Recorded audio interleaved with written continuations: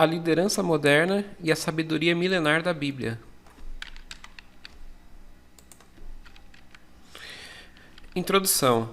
Consistentemente, alguns líderes acabam escolhendo uma atitude controladora como estilo único de liderança, ao invés de explorarem outras formas de liderança, como é a coparticipação, por exemplo, quando as pessoas também podem contribuir com ideias para resolver problemas complexos da organização. Às vezes, uma equipe precisa de uma liderança visionária. Às vezes, as pessoas precisam de uma direção. Às vezes, um colega de equipe precisa de um abraço caloroso.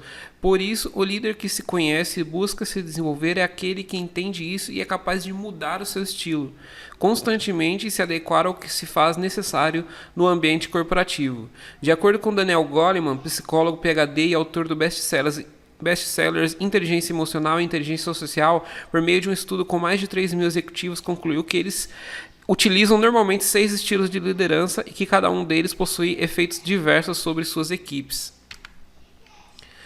Nós vamos abordar aqui nos estilos de liderança modernas o estilo modelo / direcionador, estilo coercitivo, estilo autoritário, estilo paternal ou maternal, estilo treinador ou instrutor, estilo democrático.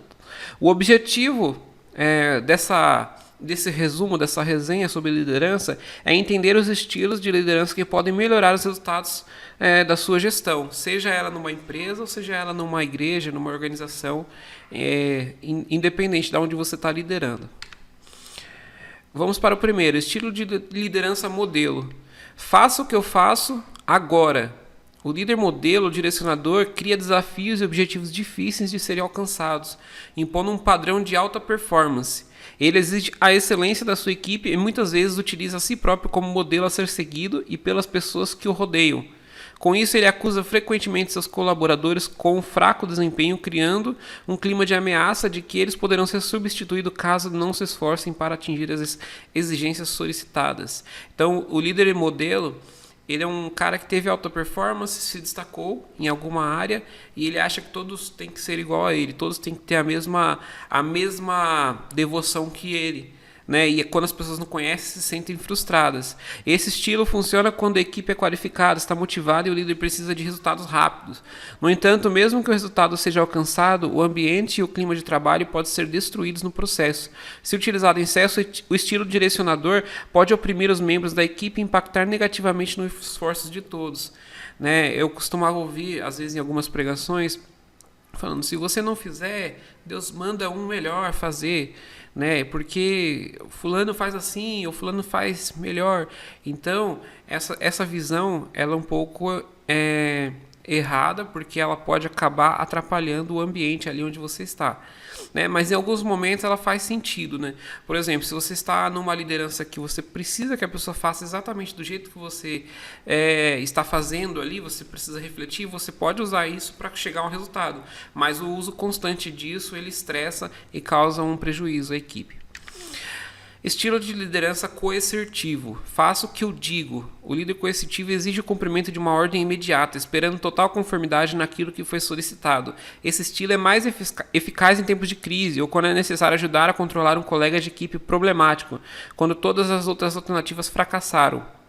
Então, você pode usar, não é que é errado você ser coercitivo, né? Mas você tem que exercer uma autoridade sobre os seus liderados. E a autoridade, ela impulsiona as pessoas, porém tem pessoas que são insubordinadas. E aí você tem que usar o seu poder, né, que ali é o seu cargo, né, que você está acima da pessoa hierarquicamente, vamos dizer assim, para fazer as pessoas fazerem o que você quer. Só que isso tem que ser um recurso que você utiliza só em alguns momentos de crise, não pode ser algo usado frequentemente, né? O estilo coercitivo, ele pode alienar as pessoas e sufocar a flexibilidade e a inventividade. Incapazes de agir por sua iniciativa, as pessoas acabam perdendo a responsabilidade pela sua performance. O líder coercitivo precisa ter autocontrole emocional, que pode criar uma imagem de insensibilidade e deixar traumas profundos na sua equipe. Dessa forma, esse estilo deve ser usado apenas raramente, em situações em que se torna absolutamente indispensável. Estilo de liderança autoritário. Venha comigo. é aquele líder que ele vai na frente, né? O líder autoritário, ele mobiliza a equipe na direção de uma visão comum, concentrando-se nos objetivos finais, mas sem dizer como cada indivíduo deve chegar lá. Esse estilo acaba criando um espírito de empreendedorismo, de entusiasmo na equipe para alcançar as suas metas. Ele é o mais utilizado quando uma mudança requer uma nova visão ou uma direção mais clara. Este é o líder mais visionário, positivo e eficaz. Quem trabalha para esses líderes percebe que aquilo que ele faz tem importância e entende o porquê. Nesse estilo, há autoconfiança e empatia, e esse líder é um grande catalisador de mudanças. Essa abordagem motivacional pode falhar se o autoritarismo se tornar excessivo a ponto de ficar insuportável, ou se o líder for menos experiente que a sua equipe.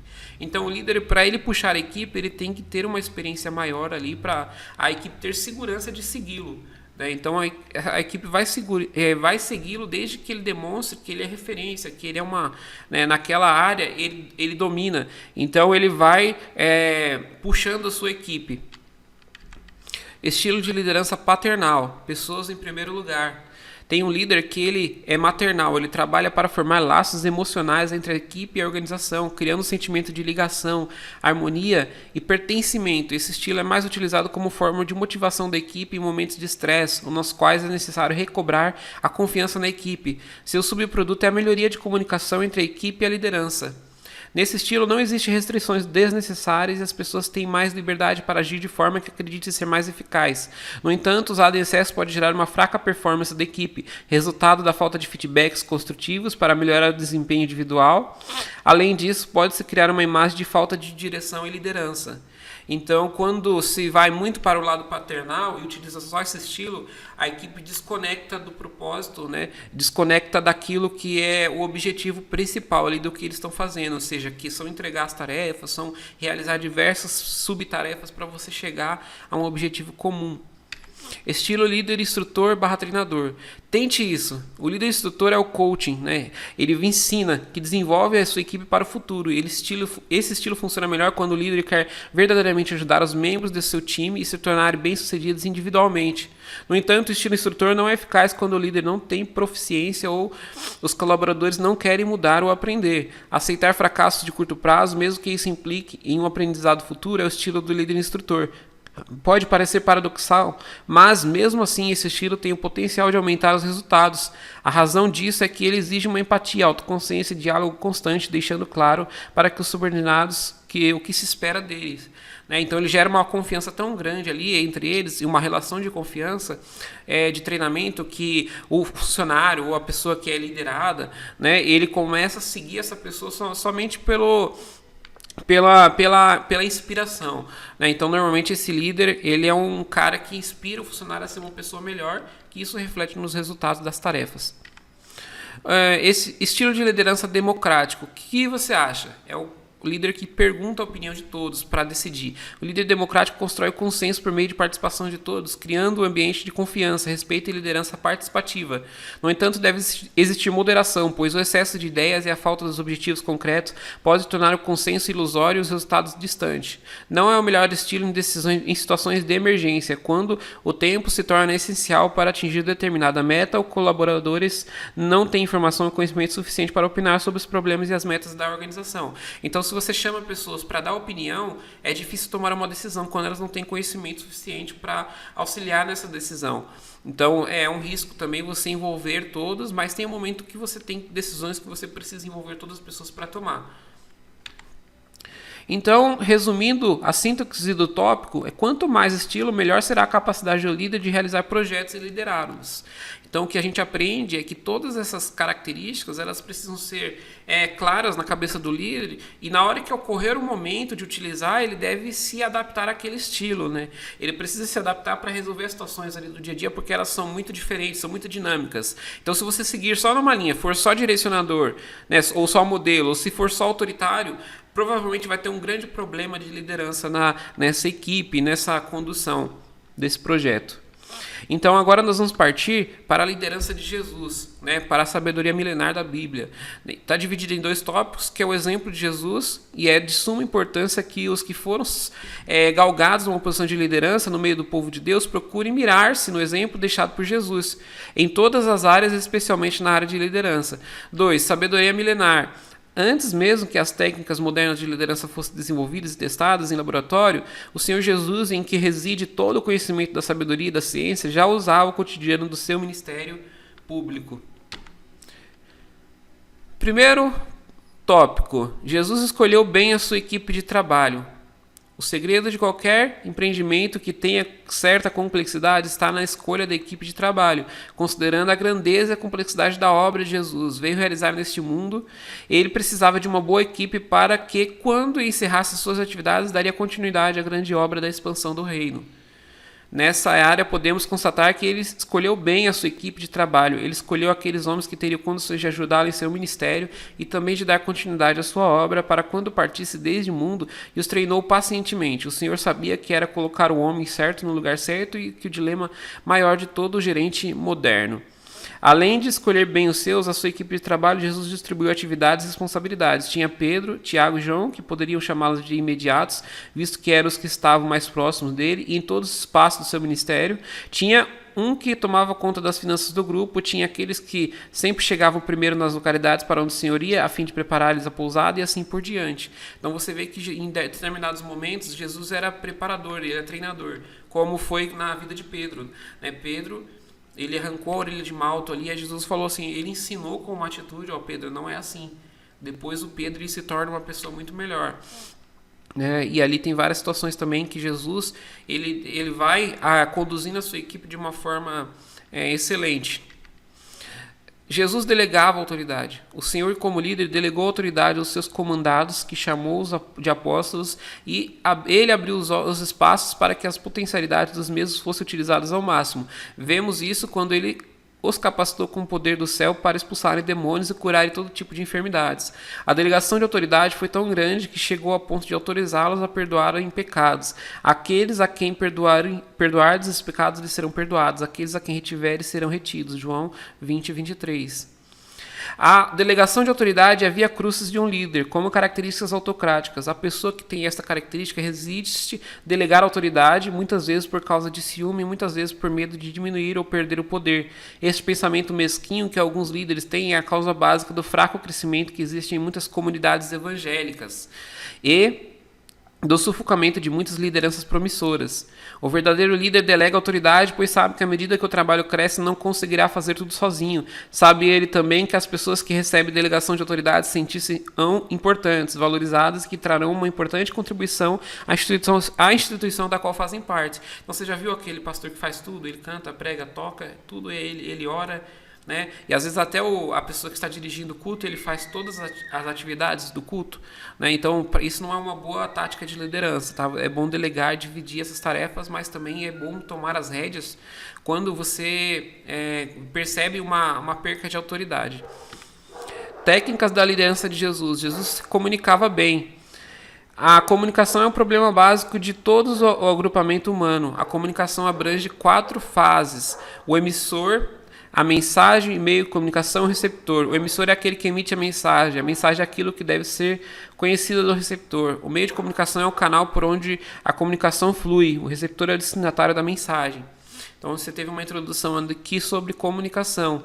A comunicação era bilateral. Os monólogos foram muito poucos na vida do Senhor em diversas ocasiões. Encontramos Jesus provocando diálogo, como no caso da mulher samaritana registrada em João 4 e no caso dos discípulos no caminho de Emaús. Quanto às parábolas que o Senhor Jesus proferiu, o seu significado era dito à sua equipe de trabalho. Jesus não escondia informações nem o leite dos seus auxiliares. Tudo ele explicava aos seus discípulos em particular. Jesus sempre se encontrava disponível para ouvir o povo, tinha tempo para ouvir a todos. A sua conversa era agradável, grave, sincera, valia a pena ouvir e conversar com Jesus. Bem razão tinha Maria de Betânia quando, sentada aos pés do Senhor, ouvia a sua palavra. Então Jesus ele tinha uma comunicação ativa com aqueles que estavam envolvidos no seu propósito. Feedback. No uso da comunicação, Jesus deu ênfase ao feedback e Isto é, ao retorno da informação que dava, em certa ocasião, ele perguntou aos seus que diziam os homens acerca dele. Inclusive fez esta pergunta aos discípulos: e vós, quem dizeis que eu sou? Há muitos líderes cristãos que não estão preocupados com os feedbacks, não procuram saber como é que o povo encara a sua liderança, se agrada ou não. O feedback é importante na vida do líder cristão para saber as correções necessárias na sua maneira de agir. Jesus não precisava de feedbacks porque conhecia todos, mas nós precisamos, como homens limitados que somos, que os líderes atuais aprendam com Jesus a ouvir o povo e conversar com ele a fim de se comunicar bem. Então você tem que ouvir o que estão falando, dar indícios. É lógico que você não dá ouvidos a críticas não construtivas, mas de repente se as pessoas começam a falar e começam a várias pessoas falarem a mesma coisa, você tem que prestar atenção nesse feedback, começar a se adequar, tomar um cuidado, né, para que você também possa evoluir como líder. Não é porque você é o líder que você não precisa evoluir. Então é bilateral a comunicação, ou seja, o liderado ele precisa crescer, mas o líder ele também precisa crescer. Um pastor também precisa ser pastoreado, ele precisa se comunicar com o líder dele também, e essa comunicação ela tem que ocorrer para todas as direções. 4. Jesus dava ênfase ao trabalho, à produção, à meta. Então o Senhor ele também tinha objetivos, ele tinha uma organização de objetivos e metas. O Senhor Jesus, como líder, deu uma ênfase extraordinária à execução da tarefa. Era exigente com aqueles que trabalhavam com ele. O que lança a mão do arado e olha para trás não é apto para o reino dos céus. Certa feita, ele convocou um homem para o trabalho e não aceitou a sua escusa. Deixa os mortos sepultar os seus mortos e tu vai e prega o reino de Deus. Jesus, na parábola dos talentos, mostrou que não admitia pessoas na sua seara sem o dinamismo necessário para o desenvolvimento do seu trabalho. Censurou rispidamente o servo que recebeu um talento e o escondeu com medo do seu senhor. Jesus não somente exigia o trabalho dos outros, mas dava o exemplo. Ele era um trabalhador incansável. Meu pai trabalhava até agora e eu trabalho também. João 5,17. Uma comida tenho que vós não conheceis. A minha comida é fazer a vontade do meu pai e realizar a sua obra. Então, quem pensa que Jesus ele não dá valor às tarefas, né? Um líder ele tem que fazer as tarefas, não somente delegar, né? Para dar exemplo aos seus liderados e também organizar as tarefas dos seus liderados. Jesus dava ênfase às pessoas. Esse eu acho que é o tópico mais importante, porque é uma característica mais importante do líder, é se importar com as pessoas. A preocupação do Senhor Jesus como líder em relação à sua equipe de trabalho não foi só com a produção, com a execução da tarefa, mas também com as pessoas, isto é, com o homem que executava o trabalho. Jesus sabia que o homem treinado, motivado e capacitado teria condições de realizar a tarefa a contento. Durante 3 anos, o Senhor treinou os seus apóstolos, motivou-os e capacitou para o serviço cristão, de maneira que, após a capacitação plena que veio do dia do Pentecostes, aquele pequeno grupo de discípulos, direto e indiretamente, fez a mensagem do Evangelho conhecida de todo o mundo de então.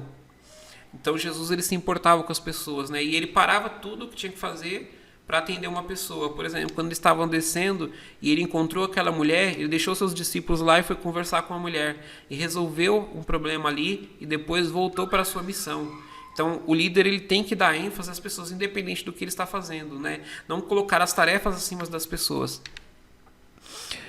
Jesus organizava o seu trabalho, cada coisa no seu devido lugar. Jesus não gostava de nada desorganizado. Fazia as coisas com ordem e decência.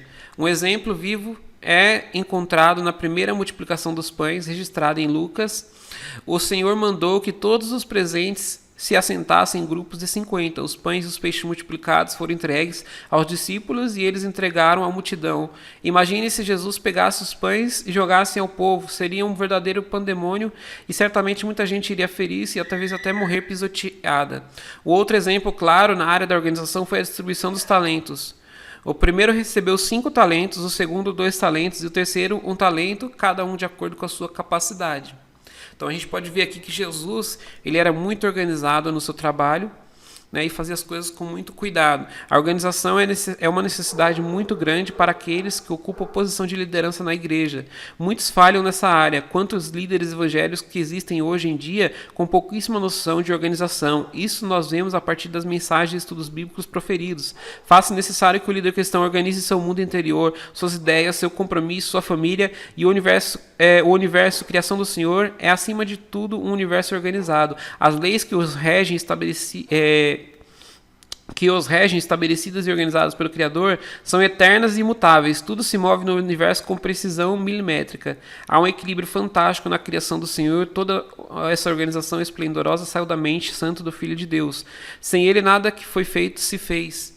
Então, líderes de qualquer departamento da igreja, líderes de jovens, de adultos, crianças, né, de irmãos, de varões, pastores, obreiros, líderes do ensino, todos precisam ter uma organização muito grande do seu trabalho, né? Uma estruturação, uma agenda, uma preparação antes, porque quando você vai executar o trabalho, as pessoas percebem se você se preparou ou não, percebem se você está organizado ou não.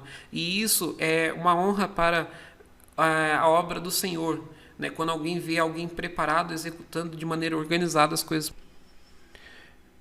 Jesus planejava suas atividades. O planejamento é uma atividade fundamental na vida de um líder.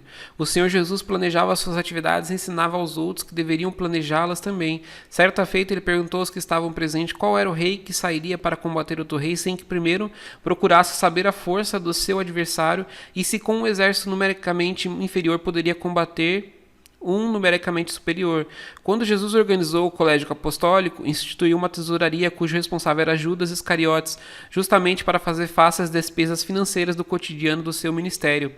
O dinheiro coletado era para atender o planejamento de suas atividades, que evidentemente exigia despesas com alimentação, estadia e etc. O roteiro do seu ministério, que envolveu a Judéia, Samaria e Galiléia, mostra que o Senhor seguia um planejamento bem definido. Eu não fui enviado senão as ovelhas perdidas da casa de Israel. Disse ele certa feita à mulher sírio-fenícia. Sabemos de muitos líderes evangélicos que falham muitos na área do planejamento. Às vezes levam as comunidades às quais pertencem a tomar decisões sem pensarem nas consequências futuras. Jesus não fez assim. Ele nos deixou um grande exemplo de um líder que planejava as atividades. Então Jesus ele era um planejador. As pessoas acham que às vezes a obra de Deus é só algo espontâneo. Existe também uma parte burocrática que você precisa planejar para que tudo ocorra bem.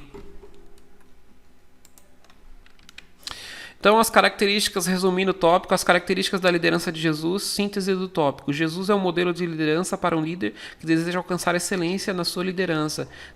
Devemos aprender com essa sabedoria milenar. Né? Aqui vocês podem ver o resumo de todas as qualidades que você precisa desenvolver, né? Que é o trabalho em equipe, a autoridade, a delegação da autoridade, a comunicação bem feita, a declaração de objetivos claros, se importar com as pessoas, fazer planejamento e organizar tudo isso. Para isso é necessário ter uma estrutura de trabalho dividida entre as pessoas, que cada um tem um dom. Então o corpo de Cristo ele é formado por pessoas que cada um tem uma qualidade e tem algo específico que ele pode desenvolver dentro da obra. Então a obra ela é feita por um corpo, né? E Jesus é o líder maior, o sumo pastor. E os líderes são os imitadores de Cristo ali, e também tem um líder que é o cabeça da igreja, que deve ser seguido, e os líderes de departamentos, né? Se você vê essa hierarquia, ela funciona de forma orquestrada perfeita. Né? A conclusão, como você pode ter notado, cada estilo tem as suas próprias vantagens e desvantagens. Eles são apenas estilos e não indicativos de quem o líder é. Qual líder pode usar qualquer um desses? Qualquer líder pode usar qualquer um desses estilos, mas a abordagem mais eficaz será sempre aquela que promova uma mistura entre os diferentes estilos. Eles nunca devem ser utilizados isoladamente, mesmo que aparentemente ser positivos para a organização ou a igreja. Enfim, a sabedoria bíblica é fundamental para a construção de uma estrutura para liderar. Então nós vemos aqui que nós temos, esse assunto ele é muito amplo, né? Nós entramos aqui somente num resumo, mas que você se aprofunde mais nesses detalhes e se torne um líder incrível.